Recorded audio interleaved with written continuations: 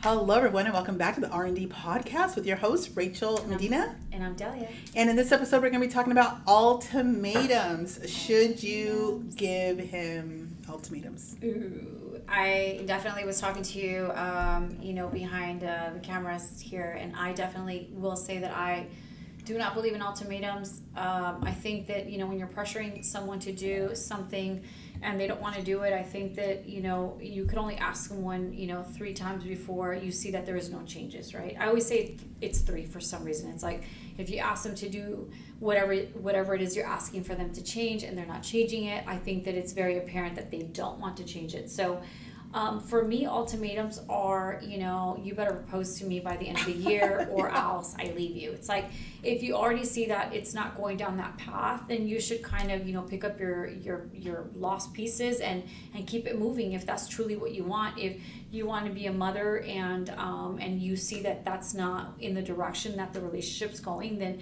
again, you need to pick up the pieces and keep it moving. Because I think that oftentimes, we want to project what we want for ourselves onto a person that doesn't align with you. And so it's really important to make sure that you understand that there's no reason to make someone or force someone to do something that they don't want to do. I agree, I had gone to a big church thing years and years ago, and one of the things that the pastor had said if you have to push, pull, or drag it, it is dead like a dog that you are pulling on a leash that does not want to walk. And that visual for me was like, because so much of the time we're trying to force things out of our partners that maybe they gave to us freely when we were dating or freely in the beginning, and then all of a sudden that kind of dries up and then we try to then force it out of them. Or like we talked about in an earlier season, comparing our relationship or ourselves to others, and then being like, oh, well, he bought her a bouquet with 10,000 roses, like, why do I just have a single rose? Or like, you need to get more romantic or else like this isn't going to work. And really asking yourself, first and foremost, your motive behind the ultimatum. But it also could be switching over to, if you are dating someone, no matter your age, you could be young and you could be even older. And if you're dating with someone that's like 1 year, 2 years, 3 years, and you're just like, oh my God, what's going on? Am I giving my best years away to this person who may not even have the intentions to marry me? And now you're like, if you don't propose to me by March, like, I'm done.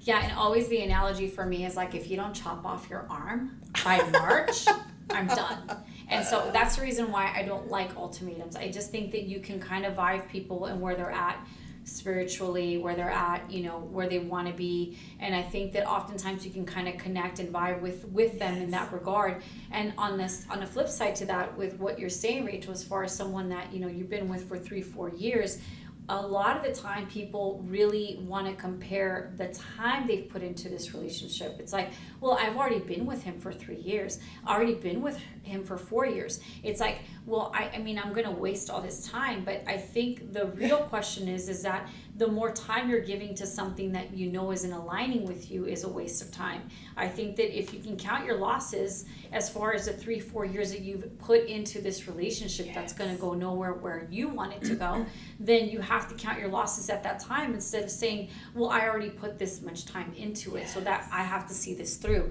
And so I think it's really important that you say, you know what, I do want to be a mom. I do want to have, the marriage. I do want to have, the things that maybe you're seeing out there. And let me tell you, it isn't always what it's painted out to be. And I think that, it's really sold to us sometimes, the dream. But if that's truly what you want, you should go get it and not have to get stuck with someone. Because oftentimes, even in marriages, by the way, I know this is kind of going on a tangent. A lot of the time, people are on these dead end, marriages for 20, 25 years because it's like, well, we've already been together for 20, 25 years. So if you know that it's not working out, why put more time into something that isn't working out? It's like that time is lost time. And I think that we can have an understanding here, Rachel, right? That there's a lot of things in life that you can buy, but timing is not one of them. So if you feel that you have to give someone an ultimatum because you've put so much time into something, I promise you're never going to get that time back. So you got to really count your losses and keep it moving, and find someone that aligns with, your dreams and aspirations, because if that person doesn't align with your dreams and aspirations, you got to go. Yeah. I think that, on the topic of time, I know that for me, personally, I always measure everything like that. If I'm with someone, even like on a business partnership, friendships, and let's just say relationships, marriage, whatever, I look, and when I keep seeing these patterns of just like, whether it's betrayal, whether it's a lack of trust, with whatever these weird little shicey things that could be happening in all different types of relationships, and then if they get caught doing something really just low level, and then I'm like, yeah, this isn't for me, and they try to change my mind, I have a decision to make, and that decision is, I can measure, I can use that time that I think was wasted as a measuring tool. So I don't see it as a waste. I just go, okay, I gave this person 17, 20 years of my life. Am I prepared to believe these words and then build the next 20 on those words? And the truth is, no. Am I also prepared to give this person another 20-year runway to prove themselves to me? That they have changed? Well, he that's might, a gamble. Well, he might, because he might be tired at that time. Okay, but then it's like the bariatric. And now you're dragging it. So time is a beautiful measurement tool. True. If you could be really honest with yourself. But to sit there, let's go back to the push, pull, or dragging. Yeah. This was such a profound thing to me that the pastor said, because if you force someone to give you a compliment, like if you say to somebody, like if I say to Delia, well, Delia, you never tell me that I look pretty, right? And she's gonna be like, oh, well, next time she sees me, wow, you look really pretty. I'm gonna be like, she's just saying that because I reprimanded her about not telling me that I look pretty. So that's what happens. So when you start pushing and pulling and dragging, you're actually robbing them of the opportunity to continue to try to do better, because now you can't receive it the same. Yeah. So, but I recognize that sometimes in a relationship or a partnership, people take it so far, they drain you to beyond that by the time you're even asking for the push, pull, and drag, it's just war and fights, and it's so hard to come back from that. Well, and I definitely think that, when it comes to the ultimatums, it does do a shift on the relationship, because if the person's not aligning in that regard, he may think, well, this is probably going to end anyway, because that's not where I'm at. I don't want that. And you'll see a shift happen anyway. So, there's nothing worse than actually pinning someone against the wall, literally, to say, you better marry me, if that's not what they want. Because and then he gets down on one knee a month later and proposes to you in front of your family, and everyone's like, oh, and then you're like the compliment. You're like, he's just doing this because I told him if he didn't do it, then I was going to leave him. So there's really no winning. And I think that you should be able to gauge your dreams and aspirations with the partner that you're with, and have these honest conversations about what it is that you want and what it is that they want, the expectations too, because I think that there's nothing worse than if it's, someone that's coming out of a marriage and they never want to get married again. Then you have to understand, if you're a young woman that wants to get married and have children, have a family, he's probably not the one. So if you're spending 2-3 years with this person, that's not really his fault if he's being honest with you. Now, if he says, you know what, I definitely want to have children again, I want to get married, and you see that, and you've invested or not invested, but you've put 2-3 years into this relationship, and he's not asking you, because you're probably not the one anyway. And so he probably likes your company, but he probably doesn't want to spend the rest of his life with you, let's just say. So I think at that point, if you see that that time is ticking, don't look at the overall picture of the time and just say, you know what, I can't waste more time on this. And it's the same thing with what you just said, Rachel. It's like there's no point in pushing someone into doing something, and then finally when he does do it, you're like, you're just doing it because I said something. And then also, there's resentment that could happen there resentment. Too. But I think that when you're like in the dating stage, is that, did you give away way too much? So like in the beginning, like, did you just give away way too much? We were talking off camera, about like, people, coming together and sharing residences or whatever they do, right? And it's like, you have to ask yourself, like, how much have you given to this man in playing house and like playing like you're a family and married, that would then pacify him and not be a motivation to then actually put the ring on it? Because when you really think about, and we're talking in terms of dating and everything, like when you really think about that journey, when you're going through that journey together, you're hitting walls, you have conflicts, you're getting to know each other, everything's different. Oh my God, his nuances, your pet peeves, his pet peeves.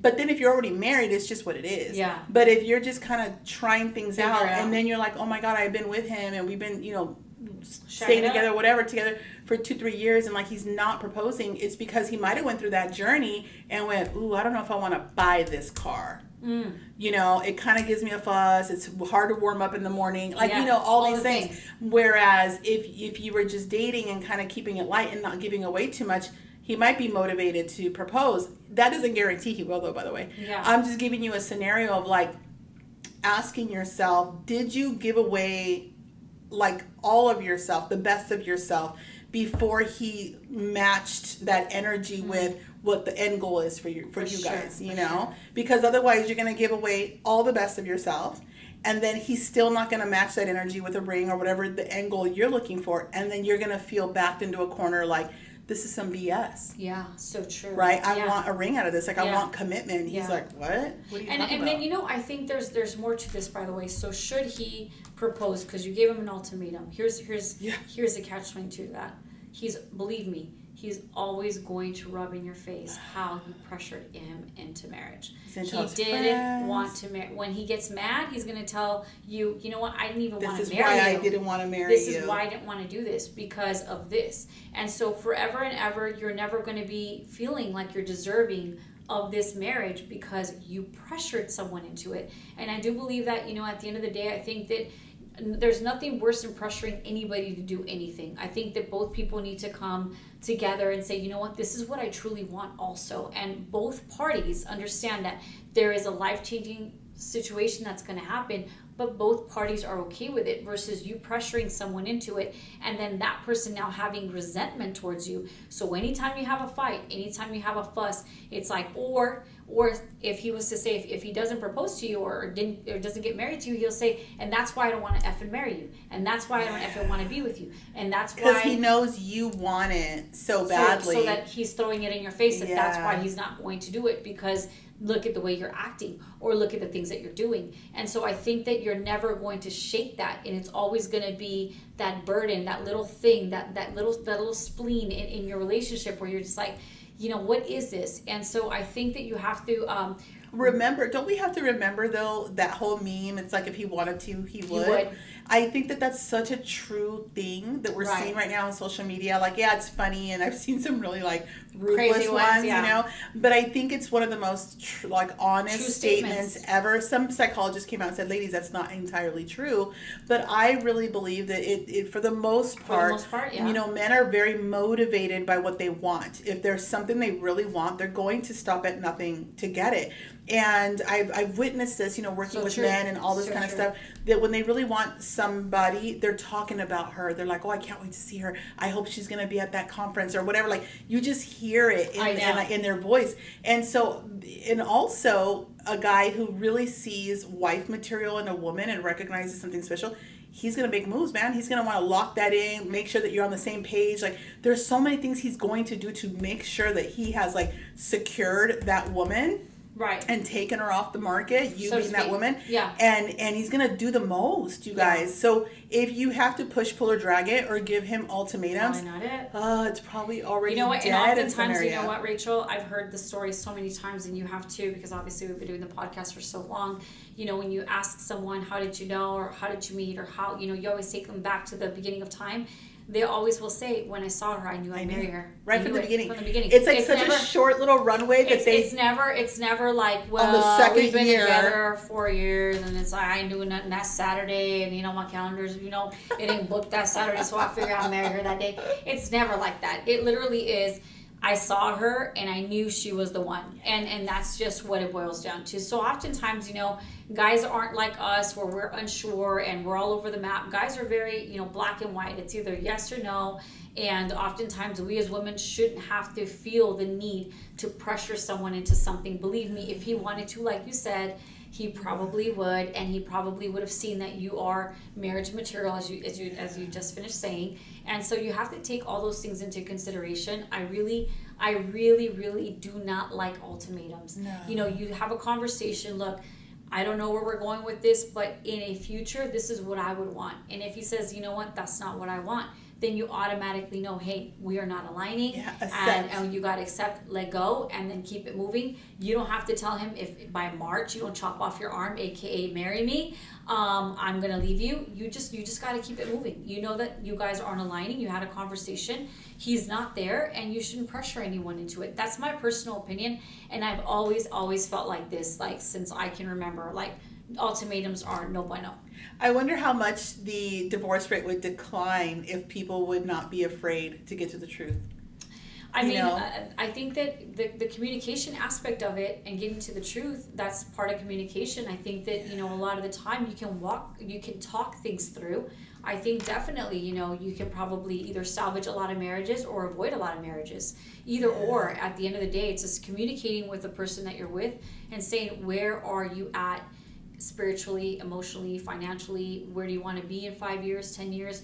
Because at the end of the day, do you see yourself with this person for the long haul? So what are the ultimate goals? Maybe he's not in your ultimate goal list, or she, I don't know, because we have the Fab 15 men that are listening.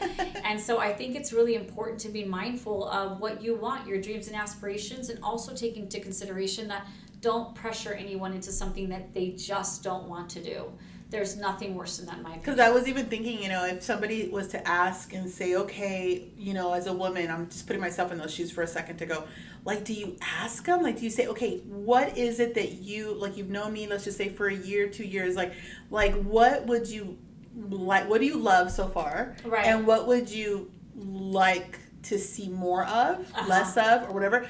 I don't even know that as women we're capable, like our egos are capable of hearing the reality of some of those situations. I don't know that we've given men a safe space to be able to I really think guide us. I think that it's just an energetic feeling sometimes. Yes. It's like where it feels like home, where it feels good, or like this feels good. It's the puzzle piece we talked about season 1, where it's like, when you have that puzzle piece and you make it fit and it looks blue, like the clouds or whatever. It kind of fits, but it actually isn't the piece that goes there. Yeah. So I think at the end of the day, you just have to really have open communication. If you're in a marriage where you've, as they say, invested 20 years or 25 years, but it's dead end, putting more time in there is not going to get you anywhere. If you're in a, partnership or relationship where it's the same thing, you've been together for a very long time and you want marriage out of it, but you don't see that that's happening, at the end of the day, you got to count your losses and don't look at the time that you've spent, look at the time that you're going to waste. Because, we can't go back. I always say past tense is nonsense. We can't go back to a moment in time, but we can, take a hold of our future. What does our future hold? Okay, well, you do not align with me in this regard, so therefore you are not going to be in my future. And there's no reason for you to say, chop off your arm, you gotta marry me, da-da-da. Just keep it moving. And But even if you're in a marriage and creating these ultimatums, like if you don't go make more money, like True. I'm gonna leave you. If you don't start picking up your socks, oh my gosh, get home from work, like it's over. Like there's so many things that women say, right, that are kind of threatening statements and stuff like that. And I think we just got to be really mindful. I think when it comes to that kind of thing, I think that you have to be very mindful. I've talked about this a lot. I think that our words are magic. So think about the magic that you're spreading. So if you're gonna say, if you don't do this, then I'm gonna leave you. If you don't do that, I'm gonna leave you.